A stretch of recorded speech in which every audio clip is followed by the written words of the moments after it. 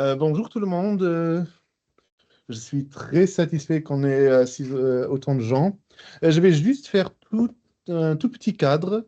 Et après, nous allons aujourd'hui commencer avec Monsieur Frédéric Weimerskirch de la Chambre des métiers, qui doit partir un peu plus tôt. Donc, il va juste aborder un peu le sujet du SME Package, les subventions et les démarches qui y sont liées. Reste à noter que nous offrons un pré-check aussi plus tard si vous voulez voir si vous êtes éligible ou non. Mais en cas de non-éligibilité, le projet vous est toujours ouvert juste dans l'autofinancement. Euh, donc oui, si vous avez des questions, n'hésitez pas à intervenir. On est là pour toute question possible. Donc oui, Frédéric, je te laisse prendre la Alors, parole. oui, merci beaucoup. Tu as tes slides ou Alors, tu prends les miens? oui, je vais partager mon écran. Oui. Ok, parfait. Normalement, ça devrait s'afficher maintenant. Vous voyez mon écran? Oui. Oui. Oui, super. Alors, bonjour tout le monde. Moi, je m'appelle Frédéric Varenskir. Je travaille à la Chambre des métiers au service e-Handwerk, le service qui s'occupe des sujets de digitalisation, innovation et durabilité. Donc, aujourd'hui, on va parler du package SME Packages AI, qui est très récent, si je peux. Hop, OK. Alors, comment procéder? Donc, généralement, nous, comment on fait, c'est que pour commencer, donc la Chambre des métiers va demander cette subvention pour vous. Donc, pour les ressortissants de la Chambre des métiers, on fait cette demande auprès du ministère de l'économie. Donc, on se rend pour une visite dans l'entreprise pour expliquer la démarche et expliquer quels documents il nous faut et expliquer toutes les autres aides qui existent. Vous aurez, par après, vous aurez une présentation qui vous sera envoyée en format PDF avec toutes les différentes subventions, mais là, on va se focaliser sur le SME Packages AI. Donc, pendant cette visite, et d'ailleurs, c'est ça la raison pourquoi je dois partir un peu plus tôt, parce que j'ai une visite d'entreprise cet après-midi. Nous allons vous expliquer exactement comment demander l'aide, et puis on va procéder à la demande. Pour la demande, juste pour vous donner un peu le cadre, il nous faut toujours le devis. Le devis, c'est la base de la demande, donc un devis qui se situe entre 3 000 et 25 000 euros hors TVA, sur lequel vous allez recevoir 70% de subvention. Maintenant, cette aide, et ça c'est très important à comprendre, est destinée aux PME, donc petites et moyennes entreprises, donc jusqu'à 249 employés. Cette aide peut être demandée, mais ce qui est très important, on parle du groupe. Donc si vous êtes une entreprise individuelle avec un seul actionnaire et que cet actionnaire n'a pas de participation dans d'autres entreprises, vous êtes une entreprise indépendante. Et donc, dans ce cas, il faudrait juste regarder le nombre d'employés dans votre entreprise. Si vous avez des affiliations à d'autres entreprises qui a des prises de participation de la part de vos actionnaires ou de la part de votre entité légale, donc disons que c'est votre entreprise qui détient plus que 25% dans une autre entreprise, ou que votre actionnaire principal détient des participations qui dépassent les 25% dans une autre entreprise, il faut toujours regarder les deux entreprises. Et c'est pour ça qu'on est là, en fait, parce qu'on fait ce check aussi, entre autres, dans ce rendez-vous, sur place, en ligne ou même à la Chambre des métiers, peu importe. On fait ce pré-check dans le cadre du package IA avec la fédération. On le fait même bien avant d'avoir un rendez-vous, mais généralement on le fait pendant le rendez-vous. On regarde si vous êtes bien éligible, donc on regarde si vous êtes bien une petite ou une moyenne entreprise, et puis on procède à la demande de l'aide. La demande est assez facile, donc comme j'ai dit, il nous faut un devis qui se situe entre 3 000 et 25 000 euros hors TVA. Il nous faut le bilan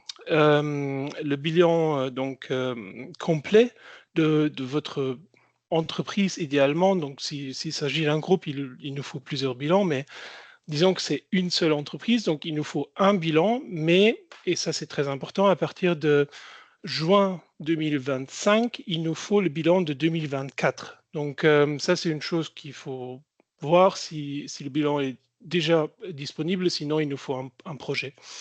Puis un organigramme que généralement c'est nous qui le dessine. Si vous en avez un, vous nous l'envoyez, puis on va déposer cet organigramme. Le RIP de votre compte bancaire, parce que sur ce, avec cette information, le ministère saura où transférer la subvention.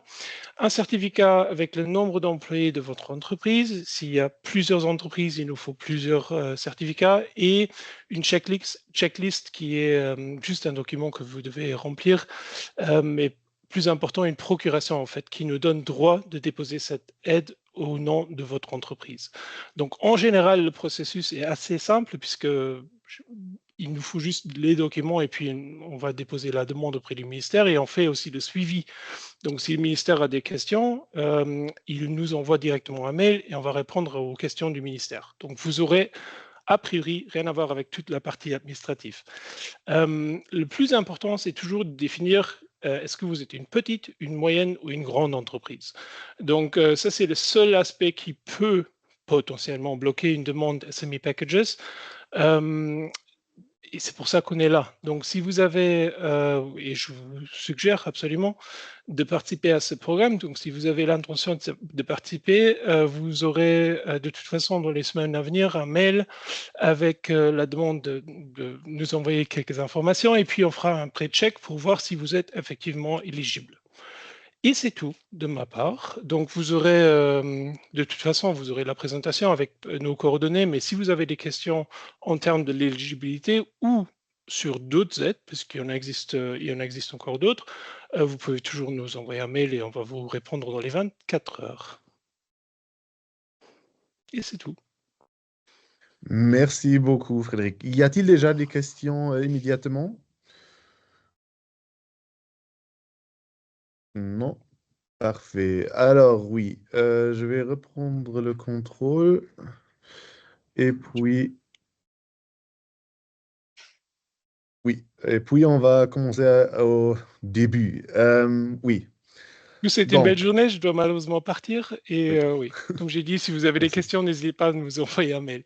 Au revoir. Ok, au revoir. En fin de ce webinaire, vous aurez aussi un mail avec les coordonnées de M. Weimarskirch. Oui, pourquoi alors ce projet pilote? Nous avons constaté qu'il y a une demande assez grande de trouver des solutions IA dans le cadre administratif pour soulager les équipes, surtout puisque c'est des employés qui n'ajoutent pas trop à la compétitivité ou à la productivité. Donc, nous avons, avec le soutien du ministère de l'Économie, le partenariat de Right on Skills et de la Chambre des métiers, euh, encadrer un petit projet où l'idée, c'est l'implémentation d'une solution, comme je l'ai écrit ici, concrète et ciblée. Donc, nous parlons ici d'une solution, d'une plateforme avec des modules spécifiques à une tâche qu'il gère très bien, sans avoir des solutions trop généralistes. Genre, l'idée n'est pas d'avoir un chat GPT à qui on peut tout demander, mais en général, les réponses laissent à désirer. Intégrer dans vos systèmes. L'idée n'est pas que vous devez maintenant aussi investir dans un CRM, dans un serveur, dans une suite de programmes, mais l'idée c'est d'intégrer notre plateforme IA dans les systèmes que vous avez déjà. Un outil de soutien, donc dans l'esprit de Human in the Middle, ou Human in the Loop. L'idée, c'est toujours d'avoir encore une personne vivante qui aura le maintien sur le programme ou le dernier contrôle. Donc, si l'IA vous prépare un texte, vous prépare un projet, c'est vous qui, à la fin, devez toujours valider. Comme ça, vous assurez que l'IA ne cause pas de problème dans le monde de votre entreprise. Et le dernier point, cloud. Tout est hosté sur des serveurs au Luxembourg.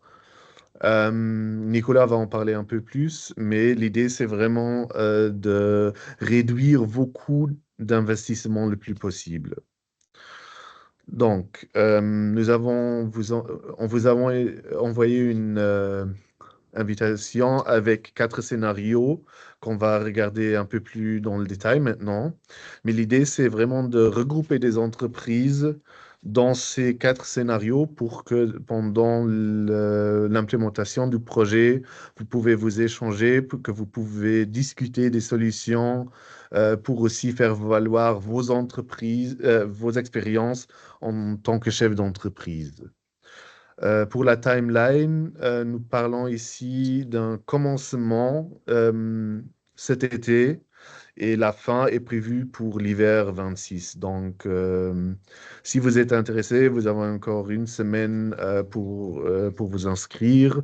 Et après, on va commencer avec les formalités, la construction des 4 groupes et puis les démarches du développement. Pour le financement, je pense que M. Weimarskirch a déjà dit la majorité. Je vous envoierai aussi plus tard ces slides. Comme ça, vous avez encore un support visuel. Mais la Chambre des métiers, exactement comme Ride on Skill, et aussi moi pour la Fédération des artisans, on reste à votre disposition pour toutes sortes de questions. Donc, je laisse le mot à Monsieur Nicolas Gelfi, qui, avec ses collègues Thiago da Souza et Gilles Magaliès, constitue l'équipe de Ride on Skill. Nicolas? Oui, oui, très bien. Est-ce que tu peux me donner l'accès au partage d'écran? Oui, je pense l'avoir. Là, je pense ne que je l'ai l'ai pas. déjà. Oui, Meeting organizers et presenters, mais je pense que j'en fais oui, pas oui. partie. Je vais t'ajouter alors. Donc oui, si vous avez des questions, n'hésitez pas de les écrire soit dans le chat, soit de lever la main et on va revenir vers vous. Ok, Ça y t'es est, présenteur maintenant. super. Alors, hop. Voilà. Est-ce que vous voyez mon écran? Yeah, parfait. Super, très bien. Alors, oui, donc effectivement, comme ça a été présenté, Right on Skill, qui est la société, développe une plateforme d'intelligence artificielle au Luxembourg. C'est une société luxembourgeoise détenue majoritairement par des Luxembourgeois qui sont ici, Gilles et Thiago, et tous les trois, nous sommes les cofondateurs de cette plateforme et de cette société qui est vraiment spécialisée dans la mise à disposition pour les PME des solutions d'IA qui maintenant se développent et apportent vraiment des plus-values énormes au business. Notre approche, c'est de faire avec ce projet pilote qui a été mis en place par la Fédération des artisans, une plateforme open source à bas coût, un peu comme Odoo, si vous connaissez, qui sera vraiment accessible aux PME et sans des prix exorbitants comme on peut avoir avec des solutions Salesforce, Microsoft ou SAP. Donc, oui, l'intelligence artificielle, vous avez sûrement tous utilisé ChatGPT, qu'on voit un petit peu à gauche, là, avec les variantes, peut-être Gemini, peut-être Copilot, qui utilisent ChatGPT. Ce sont effectivement des IA généralistes qui vous permettent de générer du texte. Peut-être, vous avez aussi vu la génération d'images, la génération de vidéos. Vous avez peut-être vu la sortie, par exemple, de Google VO qui est sorti récemment, qui vous permet de générer des vidéos marketing produits à partir de descriptions textuelles. Donc, on ne génère pas juste du texte, mais là, par exemple, toute la vidéo que vous voyez là en ce moment à l'écran est générée uniquement à partir de descriptions de texte de la scène, de ce qu'on veut représenter. Et donc, effectivement, ça nous donne un nombre de moyens exceptionnels pour traiter différentes tâches, marketing, communication, gestion, finance, au niveau des entreprises. Donc, c'est effectivement quand même assez récent, on va dire. Et puis, pour arriver à avoir quelque chose, actuellement, le marché offre de nombreux produits et donc notre société est spécialisée dans la mise à disposition de ces produits pour les PME. Donc, globalement, voilà, OpenAI, Gemini, Copilot, vous avez peut-être déjà vous-même utilisé des agents ou juste ChatGPT ou Gemini pour différentes tâches. Et notre but, c'est effectivement de regarder au niveau acquisition, chaîne d'approvisionnement, vente, service customer service, gestion des tickets, des demandes, des appels téléphoniques ou autres, demandes de devis. Donc, en fonction de toutes les tâches que vous réalisez, de voir où il y a un intérêt réel pour votre entreprise pour déployer un agent spécifique.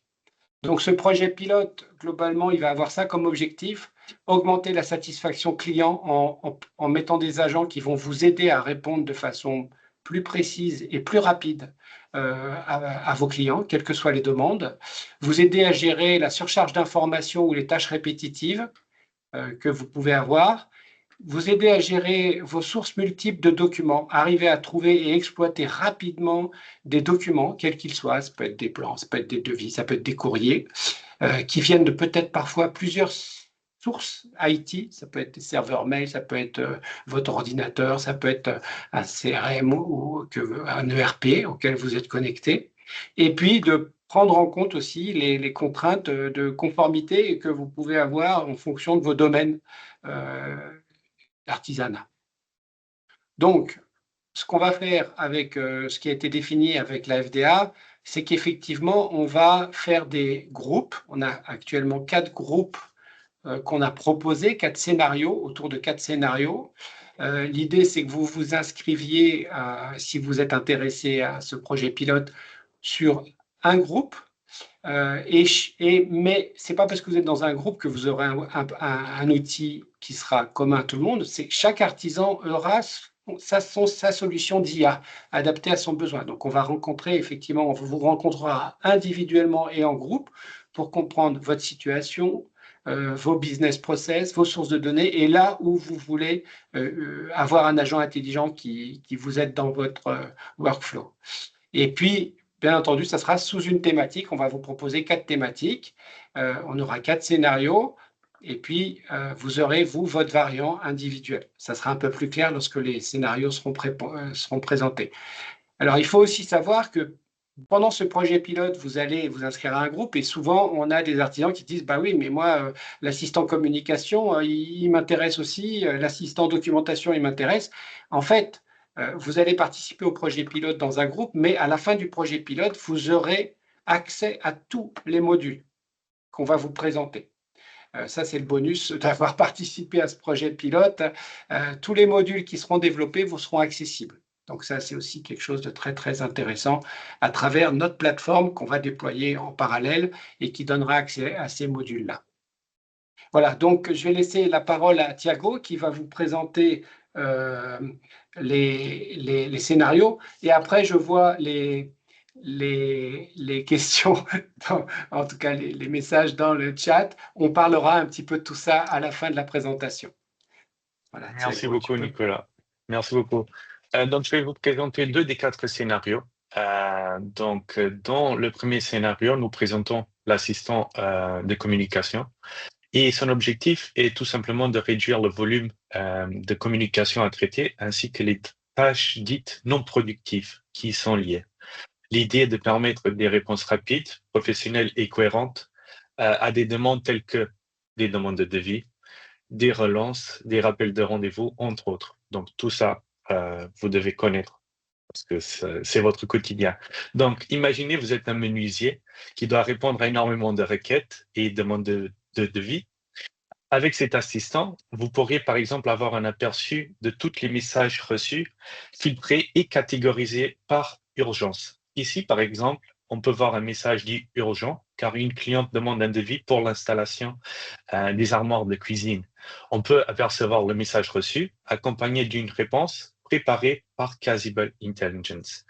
Ici, donc, si on passe au prochain slide, vous voyez une réponse générée automatiquement à partir des informations qui sont propres à l'entreprise du menuisier et en fonction de la demande spécifique du ou de la cliente.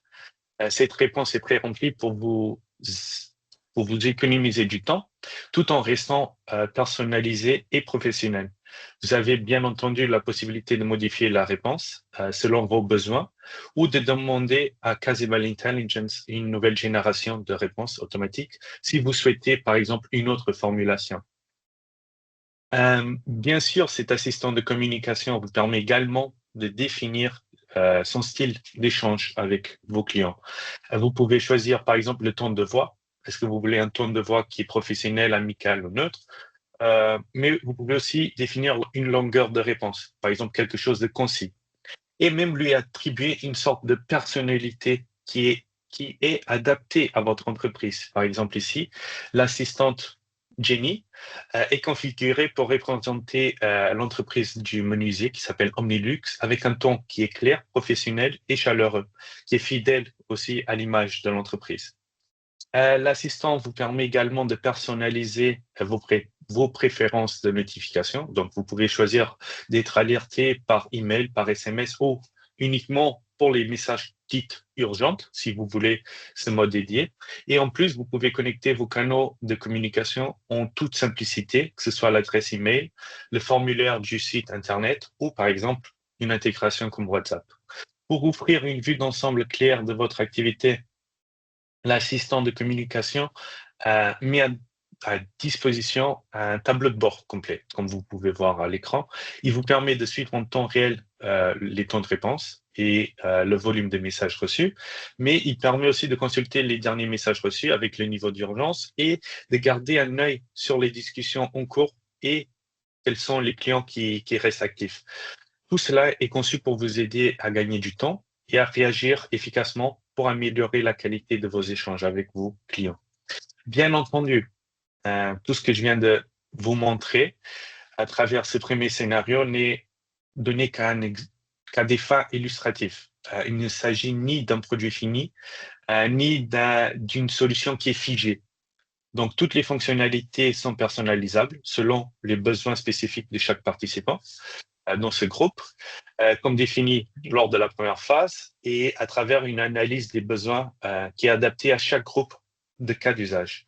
Donc, parmi les options de personnalisation possibles pour l'assistant de communication, on a par exemple un support multilingue ou une intégration avec vos canaux de messagerie et votre CRM si vous en disposez d'un. Je pourrais maintenant pas. Voilà. Dans ce deuxième scénario, on va s'intéresser à l'assistant administratif, dit paperless, car on sait à quel point les artisans, vous passez trop de temps à trier, classer et à retrouver vos documents. Donc, avec cet outil intelligent qui est propulsé encore une fois par l'IA, on veut aider à organiser automatiquement les papiers et les justificatifs, extraire les informations dites utiles, comme des dates, montants, objets, etc., et trier et classer selon vos besoins, que ce soit devis, facture ou bon de commande. Donc, l'objectif est très simple, c'est tout simplement de réduire la charge administrative sans effort supplémentaire. Donc, l'assistant paperless vous aide non seulement à centraliser vos documents, mais aussi à en extraire automatiquement des informations clés. Par exemple ici, pour une facture de gaz, les données importantes sont reconnues, comme par exemple le numéro, la date, le montant et le fournisseur. Les champs sont pré-remplis avec un haut niveau de confiance qui est affiché en bleu.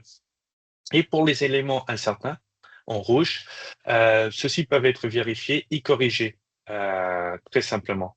En un coup d'œil, vous obtenez une version numérique qui est tout à fait exploitable et prête à être triée ou transmise sans nécessité de saisie manuelle qui peut être très fastidieuse.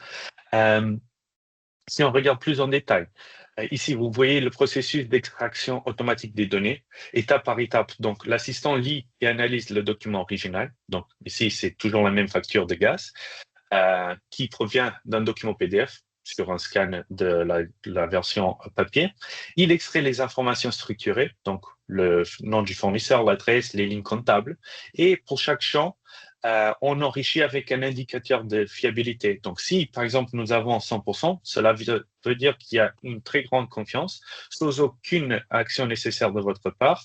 Si c'est en rouge, ça veut dire que l'assistant vous signale une certaine incertitude et vous invite à vérifier. Donc, le résultat, c'est que vos documents sont automatiquement interprétés, triés et prêts à être utilisés sans ressaisie manuelle pour la plupart.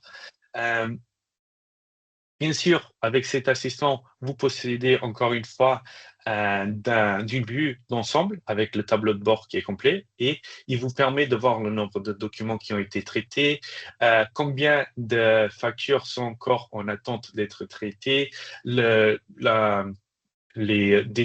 données concernant le traitement en cours et une vue globale sur les documents traités récemment. Bien sûr, vous avez des actions pour mettre en place un nouveau document. Donc, vous pouvez télécharger un nouveau document. Et si vous êtes, par exemple, en visite à un client, vous pouvez directement scanner vos documents à travers votre GSM. Nouveau slide. Oui, voilà, c'est ce que je présentais. Ici, vous pouvez directement scanner un nouveau document et lancer le traitement automatique avec l'assistant. Encore une fois, il ne s'agit encore une fois ni d'un produit fini ni d'une solution figée. Donc, tout est très personnalisable, à travers une analyse de besoins qui sera adaptée à chaque groupe pour ce cas d'usage. Et parmi les options de personnalisation possibles pour cet assistant, nous avons diverses catégories de documents selon ce que vous avez déjà pour votre entreprise et des intégrations avec les logiciels que vous pourriez déjà avoir aussi dans votre cas d'usage normal. Je vais maintenant passer la parole à mon collègue Gilles Magalhaes qui va vous présenter les deux autres scénarios. Merci beaucoup. Oui, donc pour le troisième scénario, donc ça s'appelle le Marketing Content Generator. Donc en fait, il sert à la préparation de contenu pour Instagram, Facebook et même pour des campagnes newsletter à travers email. Donc pourquoi? Parce qu'en fait, les plateformes, donc les réseaux sociaux valorisent surtout l'activité récente. Et donc, c'est en fait super important de publier du contenu sur les réseaux sociaux et aussi pour rester d'un autre côté, genre top of mind, c'est-à-dire qu'on veut avoir un flux constant de contenu qui est apporté pour que les clients potentiels et prospects restent en mémoire. Là, Nicolas, il faut passer le slide. Non, juste en arrière. Ouais, et donc, en fait, donc c'est quoi le but du Marketing Content Generator? Donc, dans un premier temps, c'est toute l'automatisation du marketing, les posts promotionnels et, comme j'avais juste dit avant, les newsletters. Donc, prenons un cas concret. Donc, nouveau, prenons la société Omnilux, qui est en menuiserie. Donc, l'idée, c'est que, par exemple, le menuisier même prend la photo d'une armoire. Il donne une description de sa société. Et en fait, sur base de ça, on peut générer le post directement à partir de ces informations. Donc là, on voit, en fait comment le post va ressembler sur Instagram. Donc ça, c'est une des possibilités. On voit à la fois le logo qui est inclus en haut à gauche de la photo. Aussi, par exemple, par rapport à l'offre, donc ici, c'est 25% sur toutes les demandes. Et on inclut aussi dans la description en bas, en fait, les informations par rapport à la société et comment contacter la société pour soumettre une demande. Et donc, du côté de Casable, donc là, par exemple, on voit qu'il est possible de... Donc déjà, donc, il y a un module qui génère en fait le texte qui va apparaître en dessous du post, qui est complètement customisable. Donc là, si je décide que en fait, je veux changer le contenu, je peux cliquer sur Edit ou je peux demander à Casable Intelligence de générer une nouvelle variation du contenu. Et en fait, si c'est bon, je peux cliquer sur Approve des deux côtés, donc à gauche sur le côté image. Donc cette image-là, elle est générée à travers un modèle de génération d'images. Et en fait, avec ça, j'ai mon post que je peux mettre sur les réseaux sociaux. Et donc, bien sûr, tout ça, c'est configurable. Donc là, l'exemple qu'on avait montré, c'était surtout par rapport à Instagram, mais on pourrait aussi le faire pour Facebook, pour LinkedIn, sur WhatsApp et en newsletter. Et à gauche, on voit que par défaut, l'option qui est sélectionnée est sur les réseaux sociaux, mais je peux aussi, par exemple, configurer une campagne d'email. Et en plus de ça, donc en bas, on a aussi la possibilité de rajouter genre le logo de la société, plus d'informations par rapport à la société qui aide en fait au modèle d'intelligence artificielle à générer de meilleurs posts préparés. Voilà, donc là c'est ouais. Donc en fait, nouveau, comme Thiago l'avait déjà dit avant, donc le module sera customisable donc par groupe, par scénario et par participant.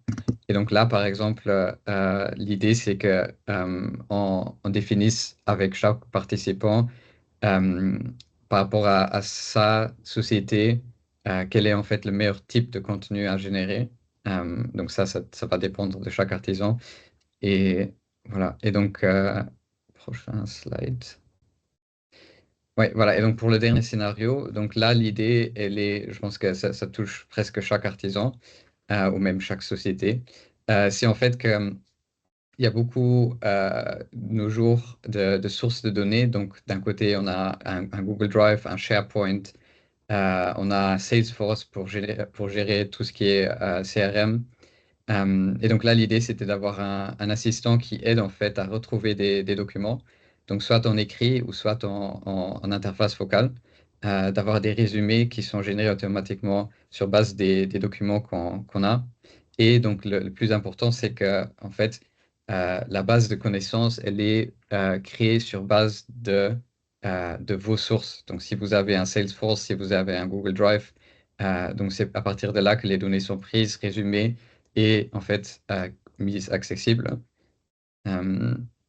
Donc là, de nouveau, la maquette qu'on avait faite, donc de nouveau pour la société Omnilux, l'idée c'est que c'est un projet, l'artisan il a un projet pour faire une armoire en fait. Et donc il a déjà une collection avec un catalogue qui a été mis ici par exemple qui vient de Google Drive. Mais par exemple, il pourrait aussi avoir, donc dans l'exemple, un OneDrive ou un Dropbox ou même un serveur local qui sont connectés à la base de connaissances. Et donc à droite, en fait, on voit l'utilisateur utiliser l'interface vocale pour aller chercher les documents par rapport à une armoire. Et donc là, l'assistant, donc Casable Intelligence, dit voilà, j'ai trouvé tous ces documents par rapport à la question posée. Et donc là, ouais. Et donc là, en fait, ce qui se passe, c'est qu'il va chercher dans la base de connaissances, donc qui regroupe toutes vos sources, les informations sur base de la demande. Et ce que ça donne, en fait, c'est que donc là, il trouve par exemple un document dans le Google Drive qui est lié par rapport à la question. Et donc la question là, c'est par exemple, je veux une armoire qui fait la taille 5x3, qui peut rentrer dans une chambre de 5x3 mètres. Et donc là, il y a le Casable Intelligence qui répond en disant que il y a une armoire qui pourrait rentrer en fait dans cette salle qui fait 130 sur 180 sur 50 cm. Et donc, de nouveau, en prenant comme base de connaissances, en fait, vos sources. Et en fait, comme on l'avait déjà dit avant, donc tout ça, c'est customisable par rapport au groupe, aux participants. Et donc là, il y a plusieurs questions à se poser. Et ça, c'est aussi de nouveau par rapport aux participants en termes de workflow et aussi d'intégration. Par exemple, il y a sûrement certaines sociétés qui utilisent un outil, mais que d'autres n'utilisent pas. Et donc là, nous, on va en fait regarder par rapport à vos besoins concrets les sources de données. Très bien, merci beaucoup Gilles. Je vais reprendre un peu la parole déjà pour parler de la timeline et puis de répondre aux quelques petites remarques et questions qu'il y a dans le chat. Alors, au niveau de la timeline, ce projet est un projet qui va s'étaler jusqu'à fin 2026. Alors, comment nous allons travailler? Alors, déjà, on a la phase de pré-projet dans le cadre de la collaboration et du soutien pour les aides SME Package. Donc, ça, c'est quelque chose que nous faisons en ce moment déjà. Oups, pardon. Et ce que nous allons faire en début, après l'été, on va dire, on va vous faire des devis individuels pour chaque participant que vous pourrez rentrer pour la demande de subvention. Donc, en septembre-octobre, nous allons vous rencontrer individuellement, chacun, et puis nous allons faire une analyse des besoins par rapport au scénario que vous aurez choisi, et nous ferons un devis individuel. Et donc, ça, si vous prenez le devis, le montant maximal qui est de 25 000 €, vous aurez 70%, sera potentiellement pris en charge au niveau de la subvention, ce qui vous fait 7 500 € à payer sur l'ensemble du total de 25 000. Une fois que vous aurez soumis le devis, ça va prendre maximum 6 semaines pour avoir la validation de la prise en charge pour la subvention des 70%. Et donc, ça veut dire que globalement, fin décembre ou peut-être janvier, on aura pour tous les participants au projet pilote la validation de la subvention. À partir de là, nous allons faire des analyses plus détaillées des requirements avec chacun des participants. Et puis, nous allons définir les cas d'utilisation. Nous allons développer les versions bêta des agents intelligents pour les cas de scénario et pour les participants. Et puis, nous allons travailler de façon itérative et incrémentale jusqu'à avoir des versions finales qui seront déployées et testées sur site avec la formation à l'utilisation et à la configuration des agents pour chaque participant. Et donc, on aura des interactions individuelles avec chaque participant et en groupe lorsque ça s'avérera nécessaire pour échanger déjà les besoins et puis après les retours d'expérience pour se stabiliser sur le fonctionnement des agents pour chacun des scénarios. Voilà, donc ça c'est déjà tout pour la présentation. Alors je vais reprendre un peu les messages. Alors, première question de Jeannot Becker. Si on a éventuellement envie de participer à 2 projets. Alors, comme je l'ai dit dans l'introduction, de toute façon, si 2 projets vous intéressent, vous pourrez bénéficier des 2 modules. Et donc, ce qu'on fera, c'est que nous, on est assez ouvert au fait que vous soyez dans 2 groupes. Il n'y a pas de problème. De toute façon, la finalité à la fin, c'est d'avoir accès aux modules. Donc, on organisera des séminaires et puis on ouvrira la participation. Nous, ce qu'on va essayer de trouver, c'est un ensemble de besoins assez communs, plus des besoins spécifiques, autour des scénarios. On est même ouvert, comme on vous l'a dit, ce sont des maquettes, on est même ouvert à potentiellement des scénarios supplémentaires qui vont peut-être se déterminer lorsqu'on se rencontrera et on verra que peut-être il y a un scénario qui va intéresser bien plus qu'un des 4 scénarios qu'on vous a présentés. Donc on verra, peut-être on peut rajouter un scénario, voilà. Ça, on est assez flexible. C'est un projet pilote où on est tous ensemble dans le bateau, comme nous avons mis au début. Nous, on est tout à fait ouverts sur la flexibilité des scénarios et des fonctionnalités. La deuxième chose… Nicolas, oui. Pardon, pour ajouter à cette question, bien sûr que vous pouvez participer à plusieurs scénarios. Or, nous l'avons structuré autour des subventions. Tout simplement, comment mieux le dire, 25 000 €, c'est le montant maximal subventionné. Si vous dépassez, c'est en pur autofinancement. Et 25 000 € dans le cadre d'un projet informatique, comme M. Becker l'a déjà mentionné plus en bas, ce n'est pas beaucoup d'argent. Même si, en tant qu'entreprise, bien sûr, c'est une grande investition. Donc, l'idée du projet pilote, c'est vraiment aussi de regrouper les fonds. C'est accepté par le ministère de l'économie que nous regroupons vos fonds pour développer les modules. Donc, pour vous donner un exemple du premier scénario, l'assistant de communication, si une entreprise souhaite plutôt un connecteur Gmail et une deuxième entreprise un connecteur WhatsApp et un troisième un connecteur Outlook, dans le projet, dans le cadre des subsides, une entreprise va payer pour Outlook, une pour Gmail, une pour WhatsApp, mais après, les connecteurs seront utilisables par tous les participants. Donc, c'est vraiment l'idée de mutuellement investir ensemble dans ces modules. Donc, si vous désirez participer à plusieurs projets, c'est faisable. Or, il faut alors voir comment le financer si vous participez à un des scénarios et puis vous souhaitez utiliser un autre module, vous êtes bien libre de le faire. Or, si vous souhaitez encore une customization additionnelle, là, les subventions ne vont plus être accessibles, donc ce sera un autofinancement. Tout à Donc, fait. pour bien Donc, préciser oui. cela. En fait, effectivement, il faut indiquer votre intérêt. Nous, on vous rencontrera, on s'arrêtera sur un ensemble de fonctionnalités et de customisation. Et puis, en espérant satisfaire tout le monde. Et puis, si effectivement le choix des fonctionnalités qui sera arrêté ne vous satisfait pas parce que vous voudriez un composant supplémentaire, comme l'a dit Gilles, ça sera sur financement propre et on le rajoutera, ou alors ça sera en deuxième phase, après que tout ce projet pilote sera fait. Ça sera à discuter.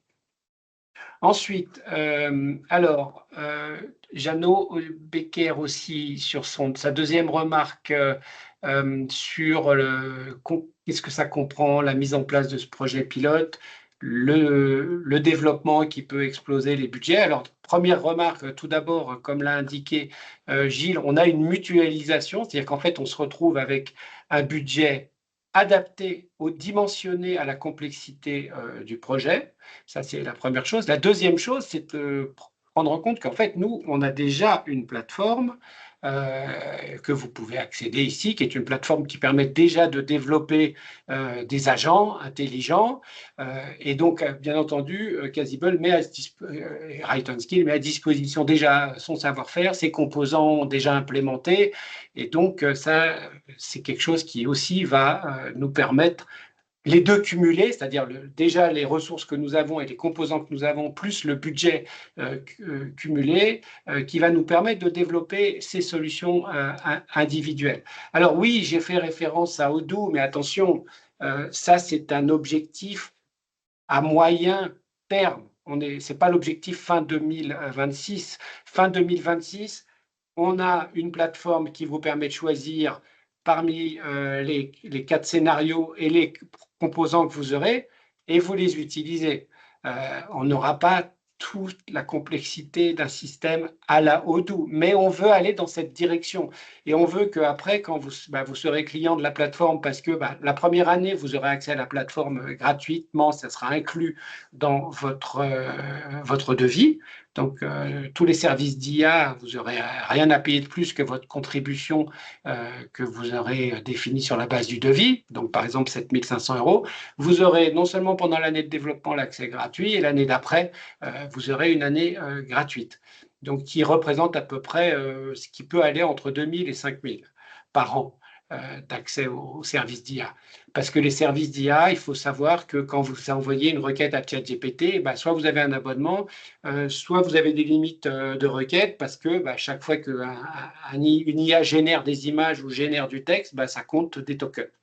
Et donc, nous, on a exactement ce même système de tokens, de comptage de tokens. Et donc, en fait, on aura cette première version d'une plateforme avec un App Store sur notre plateforme Casibel Intelligence pour le projet pilote, en fait, pour toutes les applications qui auront été développées pour ce projet pilote qui vous seront accessibles. Et puis, nous, ce qu'on veut au niveau de la société et pour le Luxembourg, c'est de faire en sorte d'avoir cette plateforme un peu open source. Donc, en fait, si vous connaissez un peu le principe des approches un peu logiciels libres, nous, on va développer notre plateforme de façon à ce que les développeurs du monde entier puissent contribuer et alimenter la plateforme de nouvelles fonctionnalités. Mais ça va prendre, bien entendu, beaucoup plus de temps. Donc là, on est à échéance de 2-3 ans. À échéance d'1 an, fin 2026, et vous avez vos produits, vous avez votre plateforme, vous utilisez vos agents intelligents pour vos besoins qu'on aura développés spécifiquement. Point. Donc là, il y a quand même une sécurité, une mitigation des risques. Donc on mitige un peu les risques. On ne vise pas la plateforme Odoo au bout d'1 an. Voilà, j'espère que ça répond un peu à Jeannot. Est-ce qu'il y a Alors, il y a des messages après. Le système avec les mails est compatible avec Outlook et Gmail. Oui. Compatibilité avec différents programmes, Outlook, Sage, SoundCloud, gestion commerciale et comptabilité. Ça sera étudié. L'API pour le logiciel de comptabilité, À voir. Je ne connais pas, donc est-ce que je vais poser la question à Gilles qui va étudier la possibilité de s'interfacer avec Sage. Gilles, est-ce que tu le sais déjà ou pas? Non, j'étais en train de regarder en parallèle, Oui. mais faut que je regarde ça plus en détail. Donc, on a des connecteurs vers des logiciels de compta standard et d'autres ça dépend de leur ouverture et de leur capacité d'avoir un accès programmatique au logiciel. Et sinon, les solutions lorsque l'accès programmatique n'est pas prévu, l'autre solution, c'est la simulation de l'interaction utilisateur pour soit rentrer des données, soit aller chercher des données, qui est un peu plus complexe, mais on le fait, par exemple, pour remplir des formulaires en ligne automatiques, d'avoir un agent IA qui va remplir des formulaires et soumettre des formulaires. Donc, on a plusieurs types de solutions. Il y a une API ouverte et où on peut se connecter et intégrer nos systèmes. Alors, Busy, est-ce que c'est possible? Est-ce que vous pouvez préciser votre question?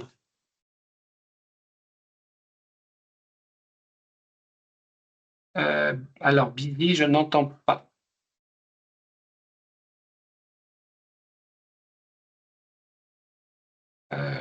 Gilles, tu peux regarder? Ça fonctionne maintenant?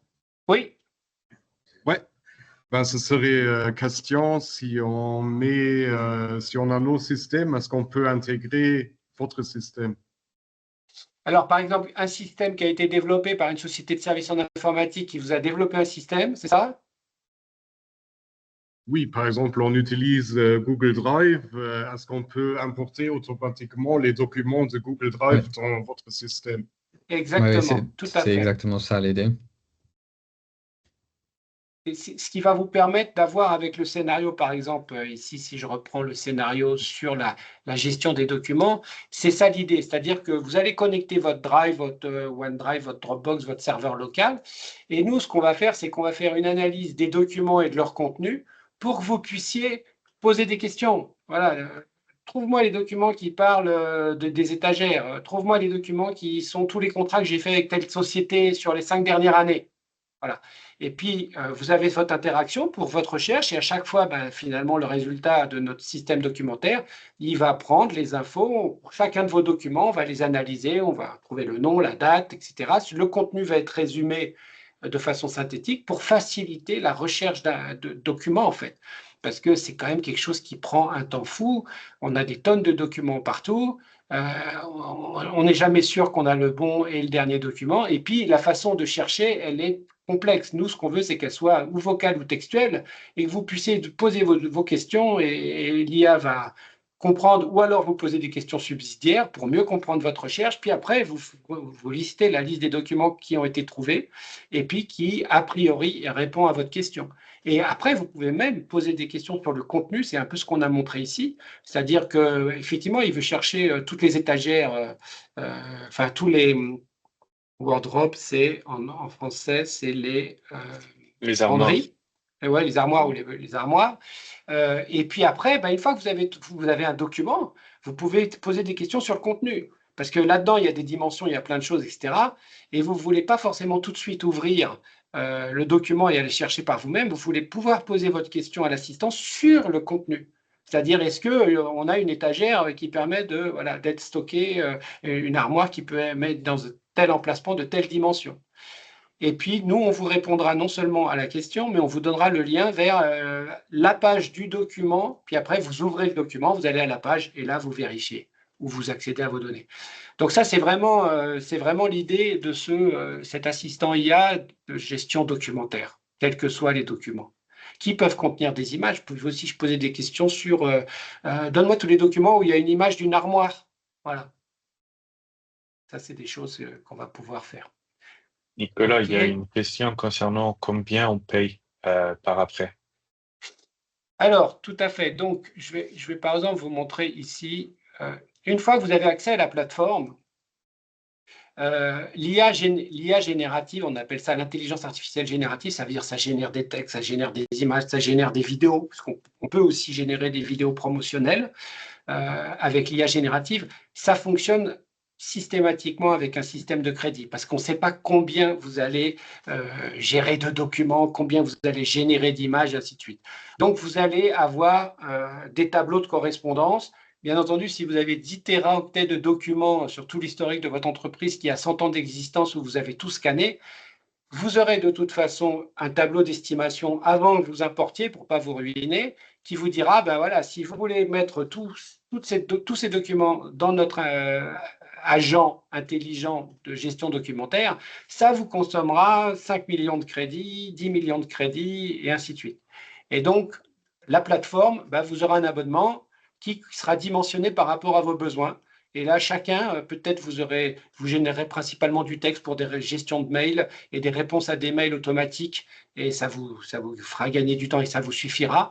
Ben, vous n'aurez pas forcément besoin d'un abonnement pour avoir des crédits au niveau de 400 € par mois. Pour avoir, là, ça donne 2 millions de crédits, mais si vous prenez un abonnement annuel, c'est 24 millions de crédits par an. Avec ça, on vous donnera des tables, vous verrez ce qu'on peut traiter comme volume. Mais vous voyez là, par exemple, on a 5 TB de storage, 200 000 documents, de pages de documents. Bon, voilà. Donc, il y aura, quand on fera l'analyse des besoins, on fera aussi une analyse de votre situation. Et comme ça, vous aurez une idée précise de l'abonnement de base que vous pourrez prendre, qui pourrait être le small. Et après, vous pouvez acheter des crédits supplémentaires lorsque vous en avez besoin, de façon à ne pas se retrouver à prendre un abonnement surdimensionné ou, s'il est sous-dimensionné, d'avoir une solution intermédiaire d'acheter ponctuellement des crédits. Donc, c'est un système d'achat de crédit par rapport à vos besoins. Voilà, ça doit répondre à Patrick, j'espère. Sinon, Patrick, il ne faut pas hésiter à rajouter la question. OK. Si on a envie de développer un outil plus complexe, je donne à place un projet de gestion du genre research et développement processus d'organisation. Alors, tout à fait, ça, c'est quelque chose qu'on peut faire. On peut même aller plus loin. Alors, moi, dans l'introduction, je ne me suis pas trop présenté, mais je suis donc aussi professeur à l'Université du Luxembourg. Je suis venu en 99, j'étais le premier professeur recruté et j'ai contribué au développement de toute la recherche en informatique. Donc, j'ai recruté pas mal de gens qui sont maintenant à la tête du SNT ou qui travaillent au LIST ou à l'université. Et donc, on a, avec le Centre interdisciplinaire Security and Trust, on a aussi la possibilité de travailler sur des gros projets qui peuvent mettre en nécessité de la recherche et du développement avec des doctorants. Voilà, ça peut aller, il y a plusieurs niveaux. Et puis, s'il n'y a pas besoin d'aller dans des projets aussi complexes, c'est-à-dire si les solutions existent déjà et qu'il ne faut pas développer des solutions de recherche complexes, alors là, c'est quelque chose qu'on peut faire avec Write-on-Skill, tout à fait. Là, on le fait déjà, donc développer des solutions d'IA très individualisées qui résolvent des problèmes très spécifiques. Et donc là, effectivement, c'est autre chose. Alors, si j'ai 6 personnes, alors attention. Donc là, si j'ai 6 personnes au bureau, je serai directement dans le module à 400 €. Alors en fait, non, parce que là, on est en train de parler, on est en train de parler des concepteurs, des gens qui vont configurer les agents. Vous pouvez avoir une personne qui configure et puis les autres qui utilisent. Maintenant, avec d'autres types d'abonnements, on va avoir une notion d'organisation. Ce qui est important quand même pour vous, c'est plutôt de voir le nombre de crédits que vous allez consommer à 6, à 10.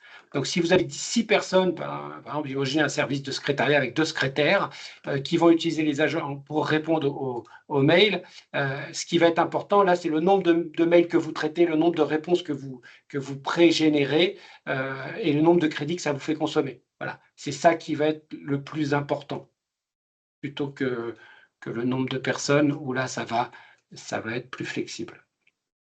Alors, comment on peut définir le nombre de crédits nécessaires? Alors, ça, c'est pas... Alors, attendez, je vais vous montrer. Est-ce qu'on a les tableaux ici? Non, on n'a pas les tableaux ici. Ne bougez pas, je vais vous en montrer un. Et pas forcément...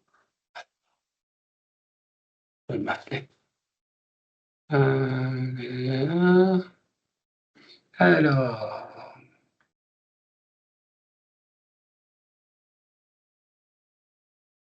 Voilà.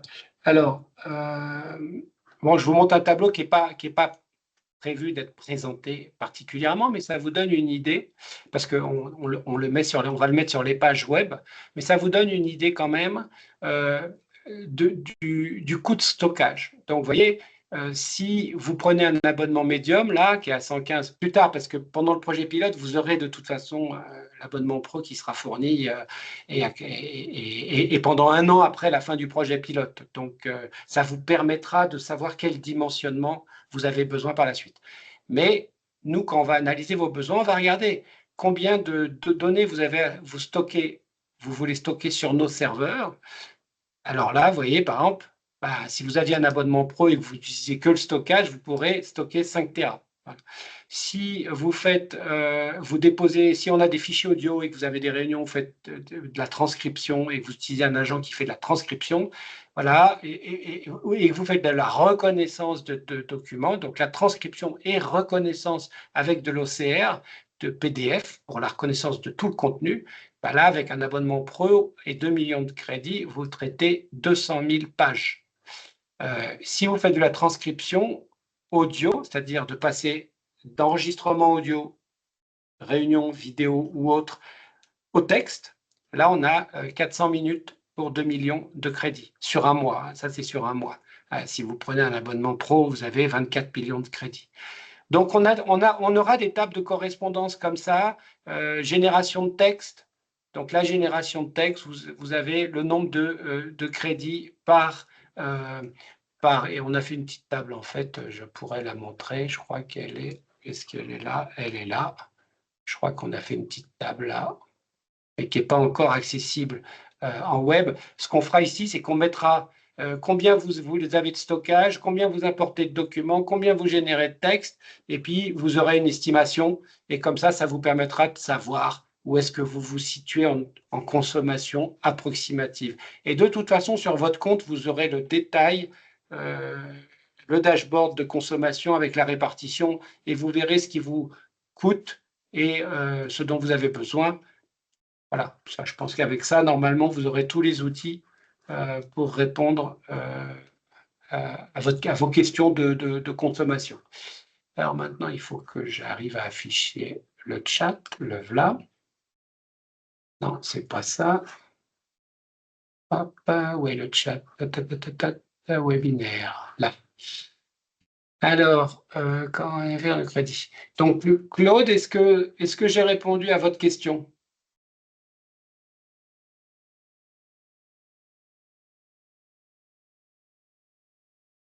Bon, j'entends pas. Oui, d'accord, super. Merci. Ensuite, frais pour l'entreprise, ça c'est répondu, Thiago a répondu. Juste du stockage de données où existe la possibilité que les pages Internet. Alors, oui, tout à fait. C'est-à-dire que l'outil peut aussi aller chercher des données sur des pages Internet. Vous pouvez poser des questions. Donc ça va dépendre des scénarios qu'on met en place et des fonctionnalités. Mais ça, c'est quelque chose qu'on fait d'ailleurs déjà. Si vous prenez... si je vous montre l'assistant qu'on a développé en démo pour la Fédération des artisans, démo, Fédération des artisans, hop, voilà, et donc, ça, ce sont des chatbots, donc on peut, si vous avez des sites web, ça aussi, ça peut être un scénario qui vous intéresse, c'est-à-dire de développer des chatbots où les gens peuvent vous poser des questions, qu'est-ce que la FDA, qui peut répondre, cet assistant peut parler en français, anglais, allemand, luxembourgeois, et donc, pendant que lui, il prépare sa réponse, je vais, hop, voilà, donc, ça c'est une réponse courte qu'on a conçue comme ça, et je vais vous montrer dans cet assistant qu'on a développé, FDA, le workspace. Hop.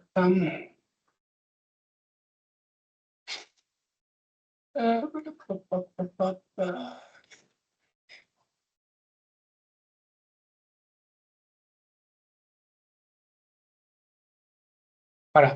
Et donc là, vous voyez, par exemple, parmi cet agent, c'est un chatbot qui est sur le site, qui pourrait être déployé sur le site de la FDA, il prend en entrée plein de sources. par exemple, il va prendre tout le contenu, ce qui fait qu'on peut poser des questions sur l'ensemble du site web de la FDA à notre agent. Mais il va prendre aussi un document PDF qui sont les statuts et la liste des membres. Voilà. Donc, on peut donner plusieurs types de documents. Et effectivement, nous, on est capable de développer des agents qui vont chercher le contenu et qui le préparent pour pouvoir le traiter, soit à l'intérieur d'un chatbot, soit pour la génération de texte. Ou d'images. On peut aller chercher des images, générer des images et ainsi de suite. Alors, Internet, fournisseur, tarif, explication produit, normes, mode d'installation, etc. Oui, tout à fait. Donc ça, effectivement, d'ailleurs, c'est avec FDA Service, c'est un des projets qu'on va faire. On a déjà notre serveur et alors, peut-on pas migrer cela? Alors, si on a déjà un serveur, peut-on pas migrer cela sur le nôtre? Alors, là, j'ai besoin de plus d'informations. C'est Claude, je crois. Oui, c'est moi. Oui. C'est juste une question. Il y a sûrement certaines entreprises qui ont déjà des serveurs. Si je vois bien, donc c'est un stockage sur vos serveurs. C'est de la récupération des données qui est déposée sur vos serveurs. Est-ce qu'on pourrait pas utiliser notre serveur? Je ne sais pas si. Alors, oui, tout à fait. Donc, en fait, on va pas, par exemple, si on prend l'assistant document, là, donc gestion documentaire, vous avez votre serveur local ici. On ne va pas aller prendre vos documents et les stocker chez nous. On va aller prendre vos documents, on va les analyser, on va les préparer pour avoir une base de connaissances. Et quand vous allez poser des questions, nous, ce qu'on va faire, c'est qu'on va avoir un lien direct sur votre serveur. Et c'est votre serveur qui stocke, ce n'est pas le nôtre, le document lui-même, ici. Est-ce que ça répond à votre question? Non, pas vraiment. Je ne sais pas si j'ai peut-être pas trop bien expliqué cela, mais si j'ai bien compris votre tableau de tout à l'heure, il y a X mille gigabytes que on a à notre disposition.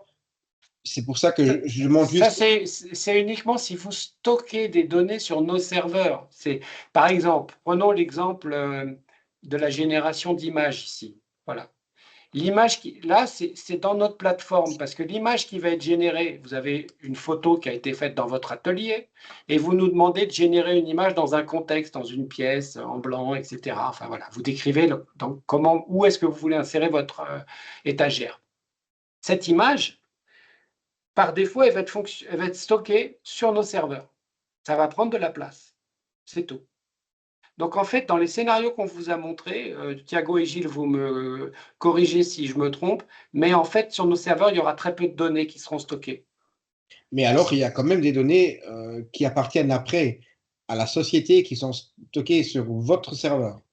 Exactement. Et vous aurez votre compte et nous, on est RGPD, on va localiser les serveurs en Europe. Vous aurez votre compte avec votre authentification pour vos utilisateurs et avec toute la sécurité. Donc, vous aurez accès à la gestion de vos documents avec une interface qui sera différente de celle-là. Mais là, ici, on voit les documents que vous auriez dans votre solution agent qui sont sauvegardés sur nos serveurs. Tous ces documents-là sont sauvegardés sur nos serveurs. Et donc, dans votre scénario, les images, par exemple, seront sauvegardées sur notre serveur. Les emails qui auront été pré-générés, si on reprend ici l'assistant communication, il est où l'assistant communication? Voilà, l'historique de toutes les réponses aux mails, vous aurez la possibilité soit d'envoyer avec votre serveur mail la réponse, voilà, l'email, et puis vous l'aurez dans votre serveur mail, et puis nous, on ne le stockera pas, mais si vous nous demandez de le stocker, ça représentera un petit volume de stockage. Donc, ça sera quelque chose qui va être configuré. Est-ce que ça répond un peu mieux ou pas? Toujours pas. Oui et non, oui, mais pour moi, c'est bon. Je ne veux pas trop vous perturber là. Mais si vous participez au projet pilote, de toute façon, l'architecture, on vous expliquera bien quelles données sont où et qu'est-ce qu'on peut faire avec l'interface des systèmes. on décidera dans chaque cas où est-ce qu'on y a des données et où est-ce qu'on les stocke. OK. Voilà. Alors ensuite, alors est-ce qu'il va chercher dans les documents? Oui. Donc, par exemple, quand on a montré l'assistant ici, nous, quand on va ingérer, c'est-à-dire qu'on va prendre vos documents sur votre Google Drive, on va les analyser, on va analyser tout le contenu. Et donc, on va transformer tout ce contenu en nombre, c'est un peu technique, mais ce qui fait que du coup, si vous posez des questions comme ça, on peut avoir une première réponse qui est vraiment basée sur le contenu du document. Donc oui, c'est vraiment le but. Ici, par exemple, si je vous montre, j'ai les statuts de la FDA, voilà, et puis on va prendre une section, voilà, membre un peu. Alors, l'entreprise a quelques horaires de soins, je n'attends pas la finance. Article membre individuel. Sont d'office membre individuel, personne physique ou morale, membre d'une association. On va prendre un argument, membre d'honneur. Alors voilà, je vais lui demander qui peut être admis, qui peut être membre d'honneur. Peut être membre d'honneur. Donc là, ce qui se passe, c'est qu'on a à gauche un document qui est un PDF. Et puis, je me pose une question. Je sais que la réponse, elle est quelque part là-dedans, mais je ne sais pas où. Et je n'ai pas envie de chercher d'ailleurs. Donc, je pose ma question à mon assistant. Il me répond sur la base du contenu. Puis, il me dit, c'est page 3, 4 et 5 si je veux aller voir. Voilà. Est-ce que ça répond à Jeannot?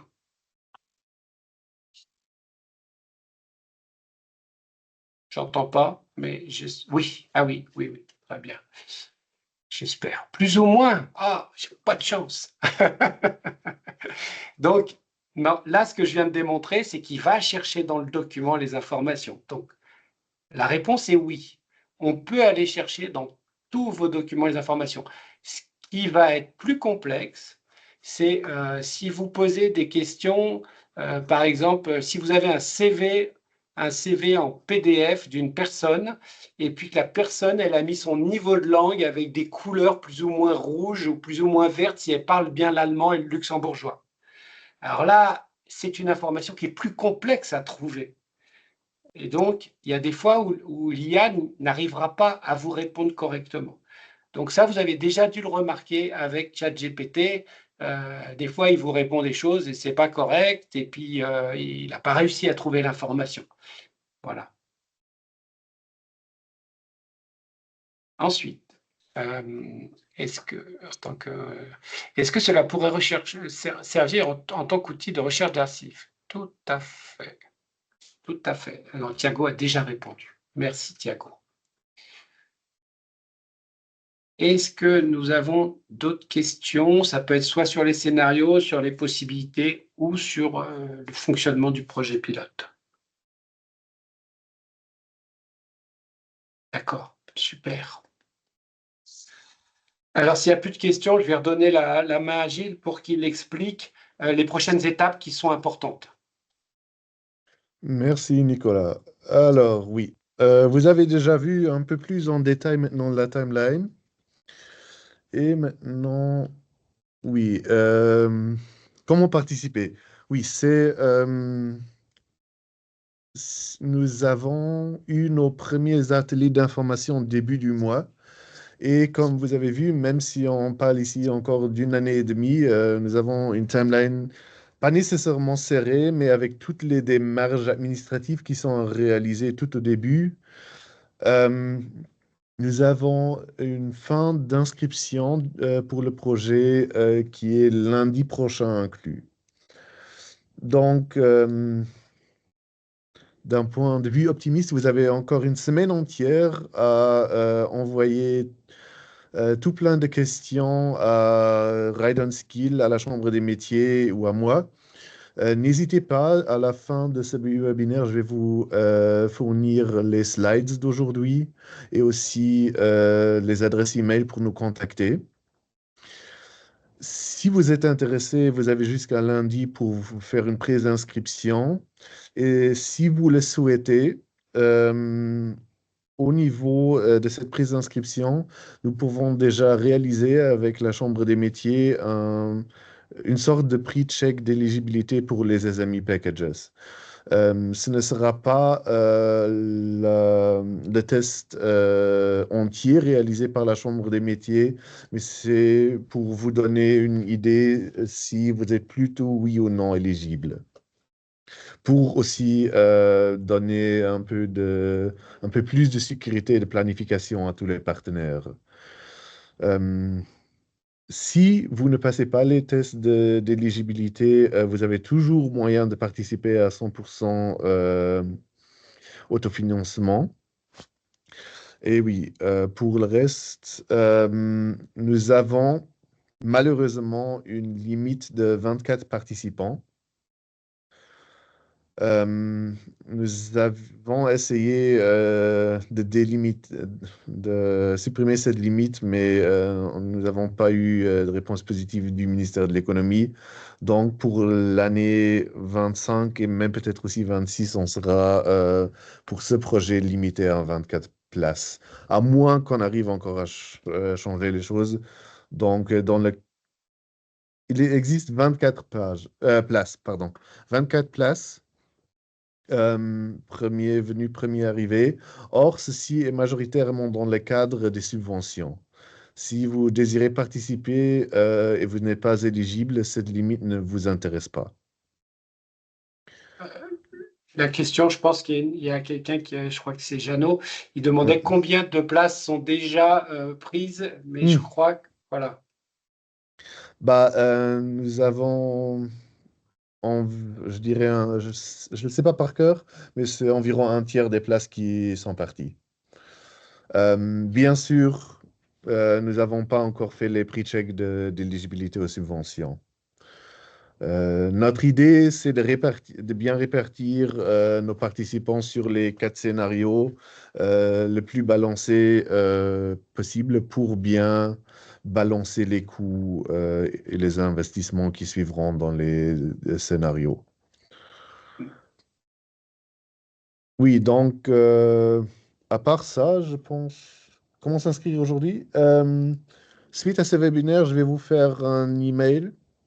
Cet email contiendra tous les slides, les adresses email de tous les partenaires qui sont ouverts à vos questions et aussi un lien vers un forms que vous pouvez remplir. Dans ce forms, vous avez aussi, encore une fois, le choix entre les 4 scénarios. C'est un multiple choice, c'est juste pour nous permettre de savoir à quel niveau nous pouvons maintenir une balance entre les 4 scénarios. Donc, si vous êtes intéressé à participer à plusieurs, n'hésitez pas à les cocher. Donc, on va regarder plus tard, après avec vous, quel peut-être sera le meilleur scénario pour commencer.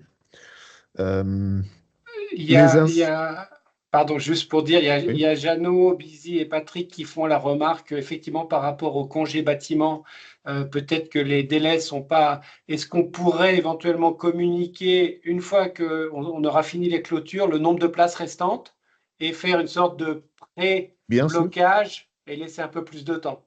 Bien sûr, tant que nous respectons le principe de premier venu, premier servi, de notre côté, ce n'est pas un problème. Très bien.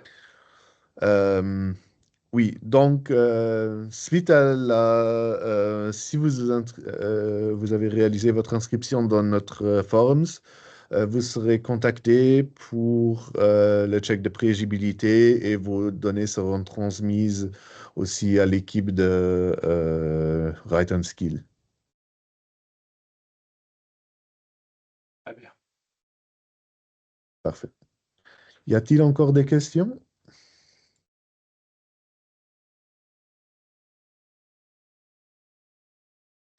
Sinon, déjà un grand merci à votre participation à Ride on Skill, à la Chambre de métier. Cette séance a été enregistrée. Vous recevrez aussi un lien. Pas aujourd'hui, il faut d'abord le couper et le charger. Mais on va vous envoyer un lien sur la vidéo si vous voulez encore une fois la consulter. Donc, je vous souhaite tous une bonne journée encore. Bonne journée à tout le monde. Bonne journée, au revoir. Merci beaucoup.